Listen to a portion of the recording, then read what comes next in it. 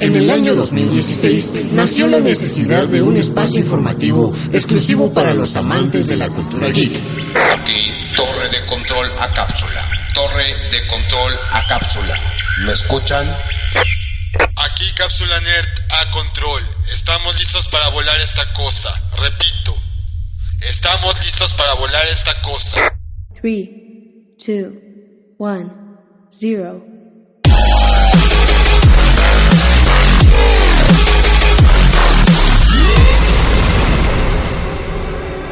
Pero una supernova de información golpeó la cápsula en la que tripulaban Zero y Zeke, sacándolo de su tiempo y espacio. La cápsula nerd ha despegado. ¡Sega!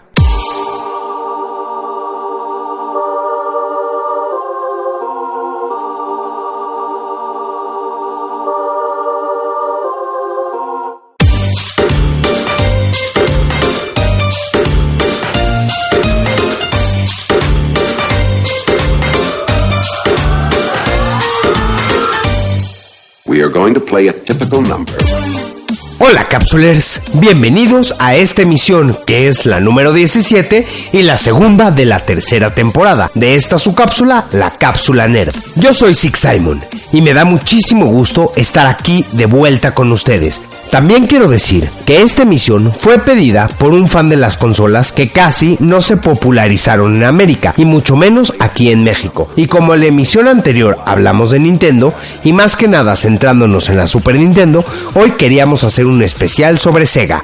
El origen de Sega tiene lugar en 1940, cuando en Honolulu, Hawái, Martin Bromley, Irving Bromerang y James Humphrey fundan una empresa dedicada a fabricar jukebox y máquinas tragaperras llamadas Standard Games. Posteriormente, en 1952, esta empresa pasará a denominarse Service Games. En 1960, esta empresa se fusiona con la empresa japonesa Rosen Enterprise Ltd. Así, la empresa se llamará desde ese momento Service Games of Japan y su presidente, David Rosen, cambiará la denominación de la empresa a Sega Enterprise Limited en 1965, dedicándose a los juegos electrónicos y a las máquinas recreativas, produciendo en 1967 a 1979 un total de 140 juegos diferentes. En 1980, Sega compró Gremlin Industries, un fabricante de máquinas recreativas, y se metió en el mundo de los videojuegos domésticos. Así que Cero, por favor cuéntanos cómo comenzó Sega. Pero ¿sabes qué? Cuéntanos primero sobre las consolas caseras de esta gran industria de los videojuegos. Hola, yo soy Cero, me da mucho gusto regresar aquí también. Sí, bueno, te voy a contar cómo está la cosa con Sega. Cuando empezó la década de los 80s, Sega empezó su desarrollo de consolas caseras con la Sega SG-100, lanzada en 1983, y esta únicamente se vendió en Japón, la cual vendió 13.65 millones de unidades. En 1985, Sega lanza la Mark III. Al año siguiente, la Mark III fue rediseñada y renombrada con el nombre de Master System, y se le conoció también como la cuna de Sonic the Hedgehog. Aún así, Nintendo controlaba el mercado americano, pero el único país en América donde fue más popular la Master System que la NES fue en Brasil. Y en Europa, la Master System era más popular que la NES. Pero también lo que pasa era que Nintendo tenía las mejores terceras desarrolladoras, como por ejemplo, tenía Squaresoft, tenía Capcom. Pero aún así, la SG-100 Mark III o Master System fue una consola que vendió 13 millones de unidades. Cabe decir que en 1988 Sega ya estaba preparando al sucesor de la Master System. El 29 de octubre de 1988, Sega lanza en Japón nada más y nada menos que, producción, redobles por favor, la Sega Mega Drive, o para América, conocida como Sega Genesis. Y a los 2 años siguientes llega a Norteamérica en 1989 y también en 1990 a Europa. Sega también decide aventurarse en las consolas portátiles, así que lanza el 13 de enero de 1989 en Venezuela y Uruguay la Sega Game Gear. El 6 de octubre de 1990 en Japón y en abril del 91 para América y Europa, en el 92 para Australia, y tenía pantalla a color y además de retroiluminación en la misma pantalla. Se pudo compatibilizar con los juegos de la Master System, ya que era muy sencillo portar los juegos para este portátil. De hecho, era posible escribir directamente los juegos de la Master System en cartuchos para Game Gear, sin necesidad de reprogramación. Además de que crearon un adaptador llamado Master Gear Converter, que permitía insertar cartuchos de la Master System directamente en la Game Gear, y estaba planeado para competir en contra de la Game Boy de Nintendo, pero la portátil de Sega no pudo competir, ya que solo vendió 10.6 millones, ya que tuvo diversos problemas de fabricación en el primer flete de fabricación. Algo parecido como cuando la Xbox 360 te salían las lucecitas rojas, ¿te acuerdas? Sí, me pasó, y lo que sucedía era que había diferentes lucecitas que se prendían para anunciarte diferentes cosas. Pero ¿sabes una cosa? ¿Ves que te dije que se podían convertir de la Master System a la Game Gear? Pero el proceso inverso de poder usar juegos de la Game Gear a la Master System no era posible debido a la mayor paleta de colores de la portátil.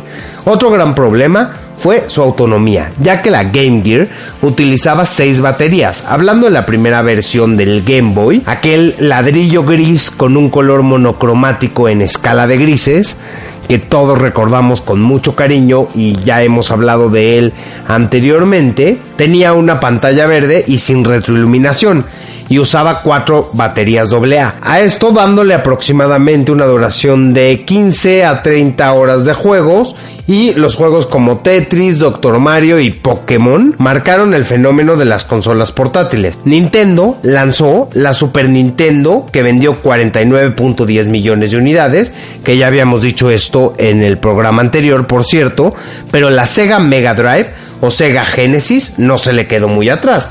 Vendió un total de 30.75 millones, por eso fue la era dorada de los 16 bits. Y más allá, porque Sega seguía experimentando con la Mega Drive, sacando accesorios para mejorarla gráficamente, como el Sega CD y el Sega X32. Pero como Nintendo tenía una Super NES con un hardware sólido, el cual no necesitaba ningún accesorio más que los cartuchos que mejoraban gráficamente la consola a más de 16 bits. Así, Nintendo aprovechó hasta 1996 esta consola, y este mismo año se sacaría la Nintendo 64.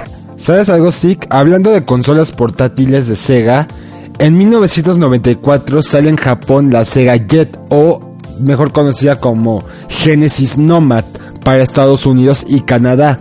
Esta nunca salió oficialmente en territorio PAL, que quiere decir Europa y Australia, ni en los demás territorios, por lo tanto solo acepta juegos norteamericanos, brasileños y los que no tengan protección de región. La mayoría de los juegos PAL de Mega Drive no funcionan en la Nomad, y es necesario hacerle una modificación a la consola para poder jugarlos. Tampoco se les podía conectar accesorios de su hermana mayor, la Genesis, como la Mega CD o el 32X. Su nombre código era Proyecto Venus, y este proyecto fue dirigido por Sega de América, mientras que en Japón se estaba desarrollando otro proyecto. Este proyecto salió también en este mismo año, en 1994, y también se le dio este nombre a la consola de salida, que fue Sega Saturn. El problema fue que llegó en diciembre de 1994 Sony lanzando la PlayStation, una consola superior en gráfico y sonido, y además que muchos desarrolladores a terceros como Squaresoft, que decidió, en lugar de lanzar Final Fantasy VII para la Nintendo 64, se lanzara al final para la PlayStation de Sony. Pero además de que Sega perdió a muchas terceras desarrolladoras, también perdió a todos sus fans, que se fueron para Sony, y eso sí fue un golpe muy duro para Sega. Desgraciadamente para la Saturn solo vendió 8.82 millones de consolas, a comparación de Nintendo, que aún así también se vio afectado por Sony, porque la Nintendo 64 solo vendió 32.93 millones de consolas alrededor del mundo, porque Sony con la PlayStation lo arrasó todo. ¿Qué quiero decir? Sony vendió 102.49 millones de consolas alrededor del mundo. Y volviendo otra vez al tema de la Nomad, el problema que tenía la Nomad era que era una consola que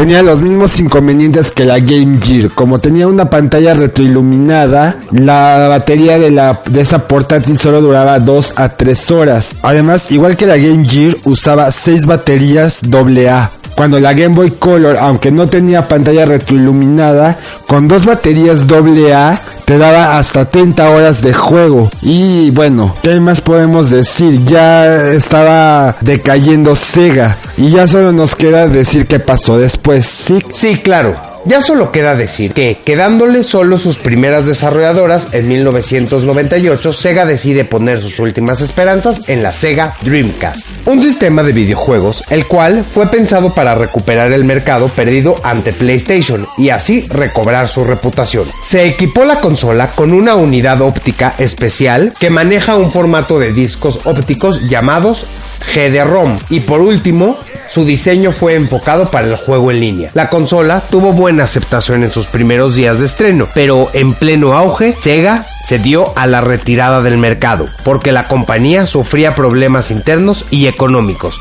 porque el coste de producción de consolas de sobremesa era cada vez más caro, porque se podría decir que otra vez Sony arrasó el mercado con la PlayStation 2. Esta terminó vendiendo un total de 155 millones de consolas alrededor del mundo, y también afectó de nuevo a Nintendo, porque sabe Cero, Nintendo solo vendió de 2001 hasta 2005 un total de 21.74 millones de GameCubes alrededor del mundo, y Microsoft, que en 2003 hasta 2006 vendió 24 millones de Xbox. Solo puedo decir que a Sega no le quedó otra opción más que venderse antes de llegar al total fracaso y retirar del mercado la Dreamcast, con una cantidad de 10.6 millones de consolas. La empresa se volvió a reestructurar y actualmente se ha convertido en una tercera desarrolladora que comenzó después del retiro del mercado de la Dreamcast. Actualmente hace juegos para las consolas de Nintendo, Sony y Microsoft. Ya con todo esto dicho, podemos pasar tranquilamente a nuestra sección, el Top 5.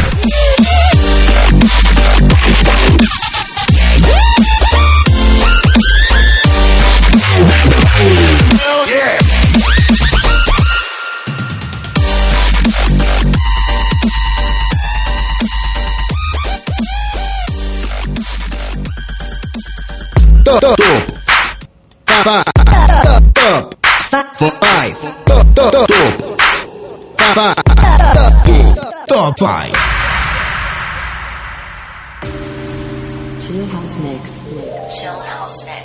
Hola cápsulas, bienvenidos de nuevo al Top 5.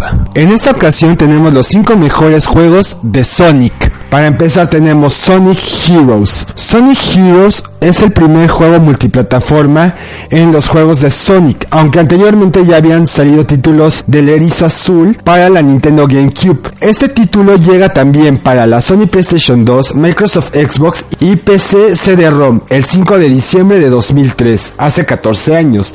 El título del juego se refiere al trabajo en equipo. En este juego tenemos 4 historias de cada uno de los equipos y una quinta historia final, pero se desbloquea al terminar la historia de cada uno de los 4 equipos. Es un juego en el que se controla a un grupo de 3 personajes y cada personaje es un elemento de acción, que son velocidad, vuelo y fuerza. Además, se reintroducen muchos personajes como el regreso de Metal Sonic como villano final del juego y nuevos personajes como E123 Omega, fue el sucesor de otro personaje, pues luego hablaremos de él. También han salido personajes que ya habían salido recientemente en los títulos anteriores de Sonic, pero hablaremos de ellos más tarde. Y tenemos personajes muy viejos que nadie conoce, o la mayoría nadie conoce, que son el Team Chaotic. Estos salieron por primera vez en el juego de Mega 32X, Knuckles Chaotic, conformado por Vector de Crocodile, Espio de Chameleon y Charmy de Bee. Me encanta porque se reintrodujeron también los niveles como en los primeros Sonics para poder conseguir las Esmeraldas Chaos, que esto también es un factor muy importante para poder desbloquear el episodio final del juego.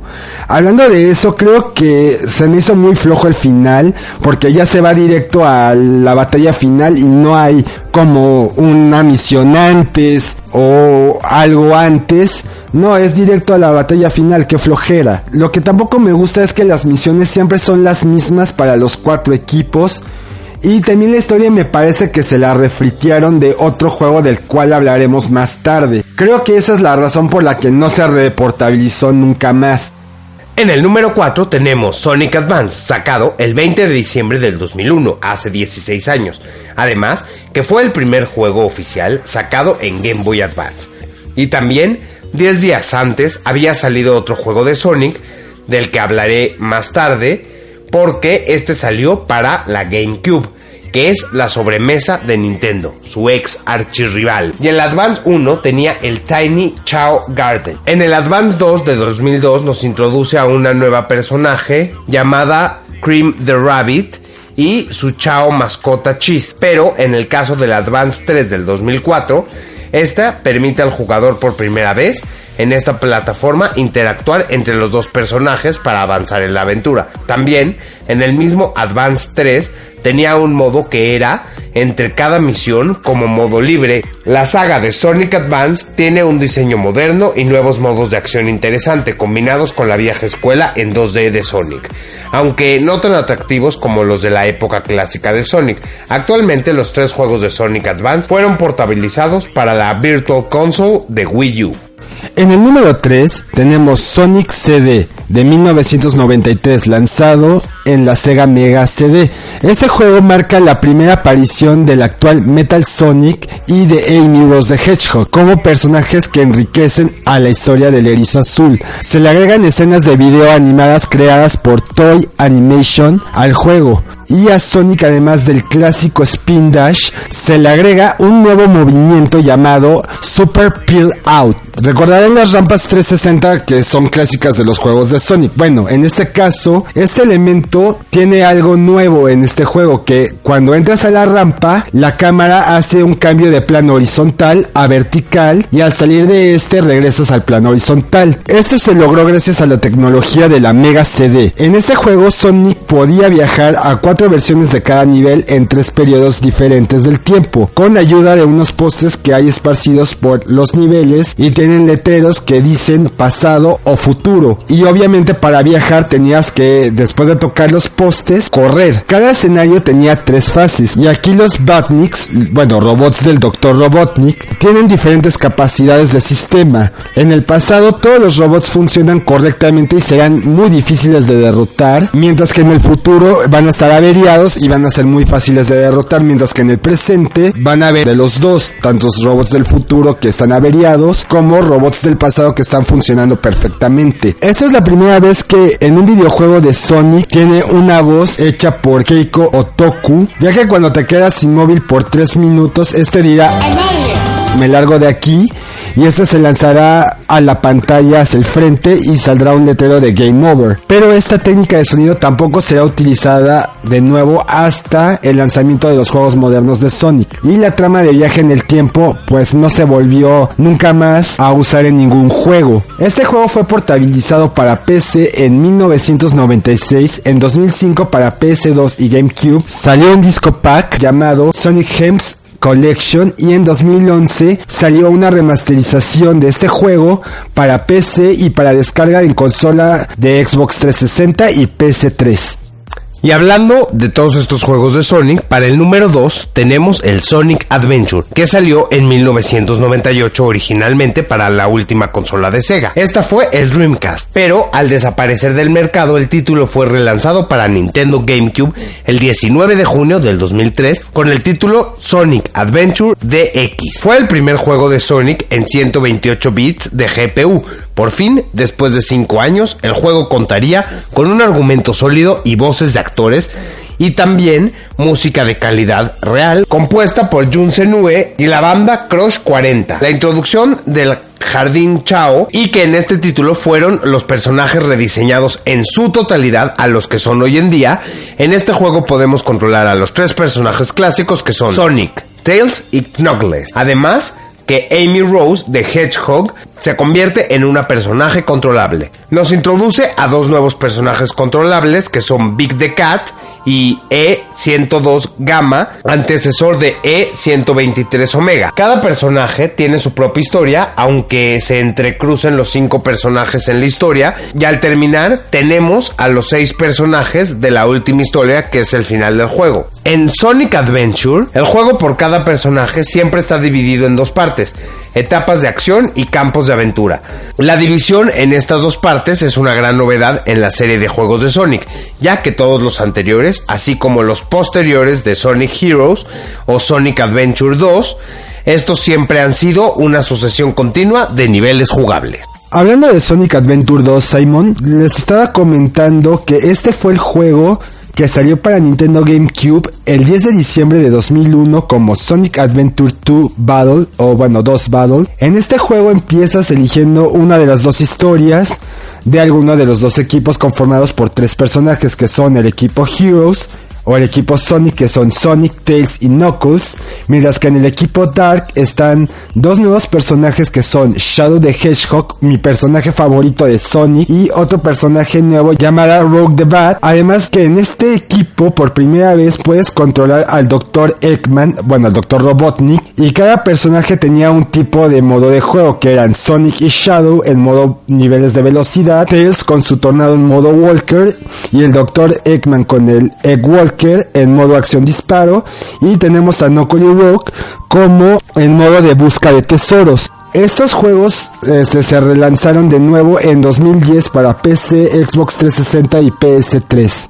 Y ya para terminar este Super Top 5, tenemos en el número 1 a Sonic the Hedgehog, lanzado en 1991, donde todos conocimos por primera vez al Erizo Azul y su archienemigo, el Dr. Ivo Eggman Robotnik. Los títulos posteriores a Sonic the Hedgehog 1 introdujeron a nuevos personajes como Tails en Sonic the Hedgehog 2 y a Knuckles en Sonic the Hedgehog 3. Creo que después de 26 años hay un cariño nostálgico que nos ata a este juego, no importa si lo jugaste en sus versiones originales de Master System o Mega Drive, o en mi caso en emuladores, porque jamás tuve ninguna consola de Sega, o portabilizados para tus consolas modernas como Xbox 360, PS3, Wii, Wii U, DS, 3DS, PC, tablet o teléfono móvil. Todos hemos jugado Sonic alguna vez. Yo creo que todos estos juegos, y hablando de videojuegos y de todo lo que hablamos en la cápsula, son precursores para los videojuegos que tenemos modernamente, como dijiste tú, en las consolas actuales, y que todos aportaron, aunque sea algo, para tener la genial jugabilidad en videojuegos. No importa que sean de Sonic o que sean de otras consolas o que sean de Mario o Halo o cualquier videojuego, creo que todos aportaron absolutamente algo para la evolución de los videojuegos. Y si quieren que hagamos un especial sobre evolución de los videojuegos, escríbanos en facebook.com/la-cápsula nerd. Y ahora, sin más preámbulos, vamos a la noticia del planeta nerd. Una cosa antes de ir a la noticia del planeta nerd que quería decir, también quería mencionarles que podría haber sido este un top 5 de los peores juegos de Sonic o pero al final optamos porque sean los 5 mejores de Sonic. Pero como dijo Simon, al Facebook mándenos lo que quieran. Si quieren que hagamos un top de los peores juegos de Sonic, pídanlo. O un especial, como ya dije, de la evolución. Ahora sí, ¿ya me vas a dejar mandar a la noticia del planeta nerd? Sí. Ok, sin más, vamos a las noticias del planeta nerd.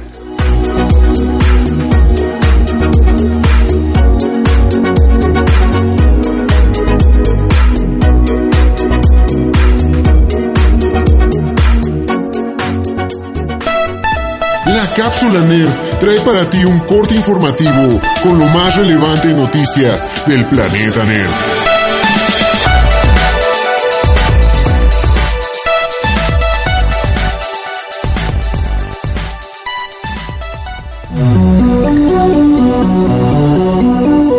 Bienvenidos de nueva cuenta a las noticias del planeta nerd. En esta ocasión les quiero hablar de algo que si de por sí ya estuvimos hablando de Sega, volvemos a hablar de Nintendo. Antes que nada, sí, quiero decirte una noticia que acaba de llegar de último momento, que fue que la SNES Mini se acaba de agotar en 8 minutos. El apocalipsis está a punto de comenzar, al menos para las personas que quieren una de estas consolas de Nintendo.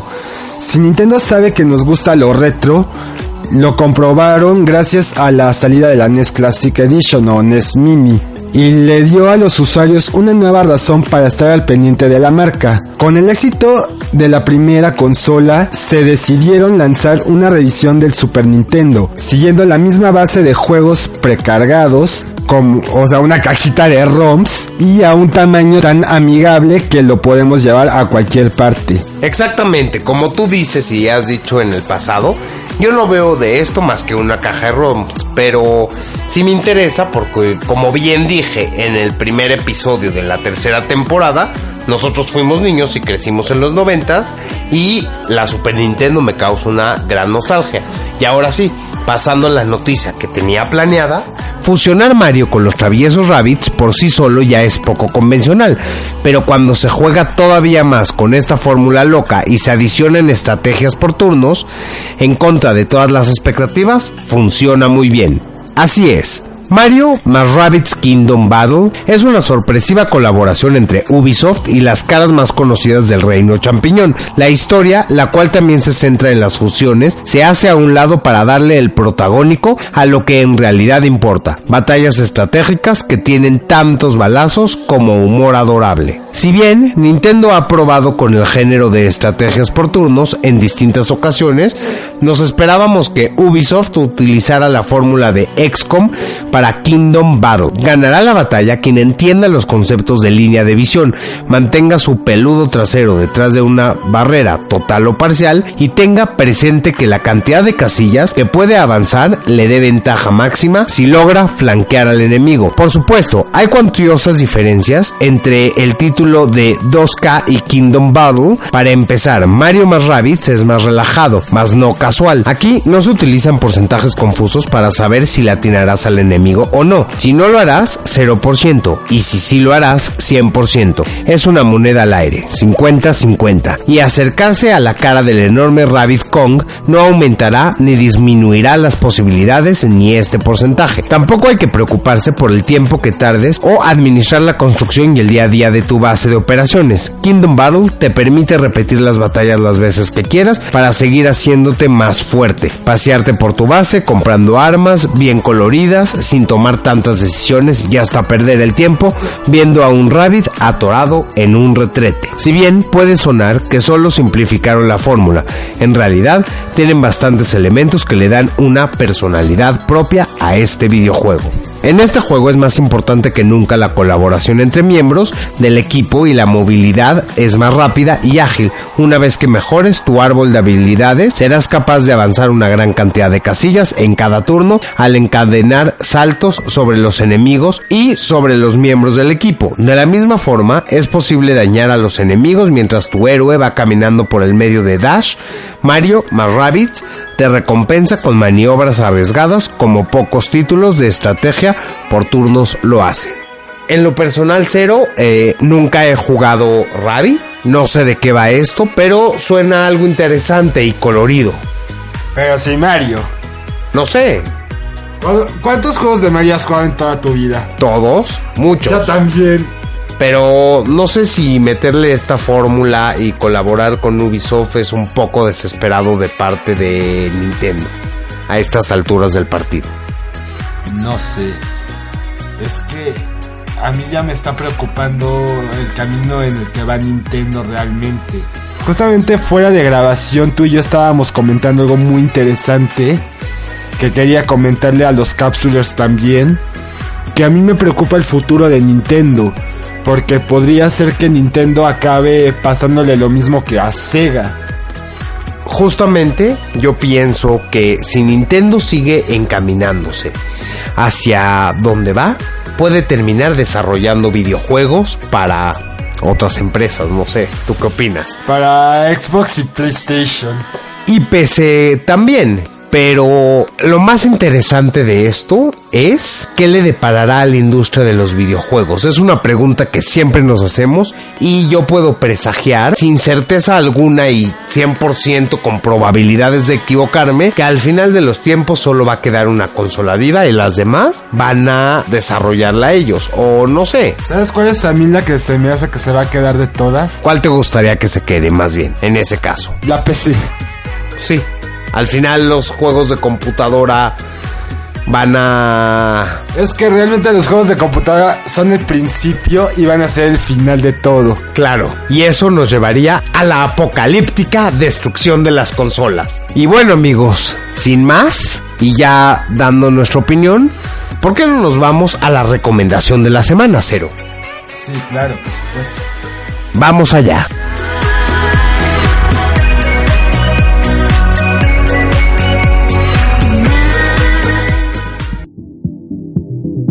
¿Cansado de lo mismo? Pues nosotros te sugerimos la recomendación de la semana.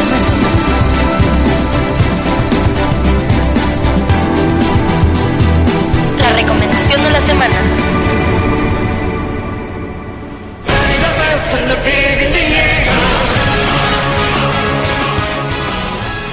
En esta ocasión, la recomendación de la semana es Shinigeki no Kyojin, o como lo conocemos en inglés, The Attack of the Titan, o Ataque de los Titanes en habla hispana. Es una serie de manga escrita e ilustrada por Hajime Isayama, y la historia gira en torno a Eren Jaeger y sus amigos de la infancia, Armin Alert y Mikasa Ackerman. Este es un mundo en donde la población humana vive concentrada dentro de 3 enormes muros, Maria, Rose y Rosie Sina, para proteger de la aparición de seres gigantescos que devoran a las personas, llamados los titanes. Un día, el distrito Shiniganshina, ubicado en las partes externas al sur del primer muro denominado María, es atacado por un titán gigante, causando una brecha y abriendo el paso al resto de los titanes, logrando así invadir la ciudad, incidente durante el cual la madre de Eren es devorada por un titán. Tras el caos ocasionado y una vez que están a salvo, los jóvenes deciden unirse al ejército y combatir por sí mismos a estos enormes seres llamados los titanes. Una muy buena serie y que recomendamos muy ampliamente. Y bueno, muchas gracias por haber escuchado el segundo episodio de la tercera temporada de la Cápsula Nerd. Ya saben cómo comunicarse con nosotros a través de nuestras redes sociales y esperen nuevas sorpresas que les tendremos Cero y yo en el futuro. Y ya que no nos gustan dar spoilers, no daré spoilers, pero espérenlas con mucho cariño y les mandamos un saludo enorme a toda nuestra audiencia que nos escuchan en los países de habla hispana, Japón. Y quiero mandarle un saludo especial a Max, quien fue que nos dio la idea de hacer este programa sobre Sega. Queremos agradecer a GameDot y a Fernando Galloso, que son las fuentes de donde sacamos las noticias para nuestra sección Las Noticias del Planeta Nerd. Sin más por ahora, me despido, no sin antes mandarles a todos mis queridos cápsulers un agradable y caluroso saludo y nos vemos hasta la próxima. ¡Adiós!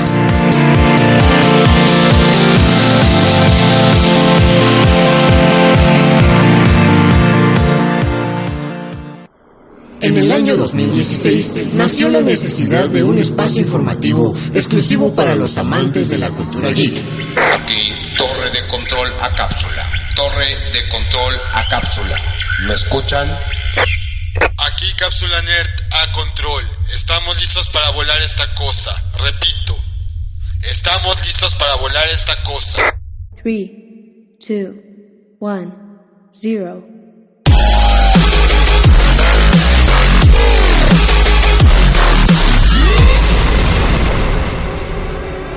Pero una supernova de información golpeó la cápsula en la que tripulaban Zero y Zeke, sacándolo de su tiempo y espacio. La Cápsula Nerd ha despegado